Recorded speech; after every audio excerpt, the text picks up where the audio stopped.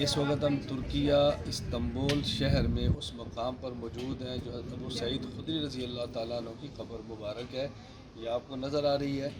حضرت ابو سعید خدری رضی اللہ تعالیٰ عنہ کی قبر مبارک کے بالکل متصل ساتھ ایک بہت قدیم اور پرانی مسجد ہے جس کو استبل میں بدل دیا گیا تھا، اور ابھی تک یہ مسجد بند ہے، اس کے اندر نماز کی اجازت نہیں ہے.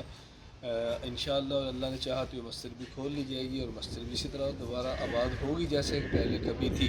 تو استنبول میں صحابہ کرام رضی اللہ عنہم اجمعین کی بہت ساری قبور مبارکہ ہیں. ہم نے کوشش کی ہے کہ ایک ایک قبر مبارک آپ کے سامنے لائیں تاکہ ترکیہ آنے والے لوگ صحابہ کرام کی قبور پر بھی تشریف لائیں اور ان مقدس مقامات کی زیارت کریں.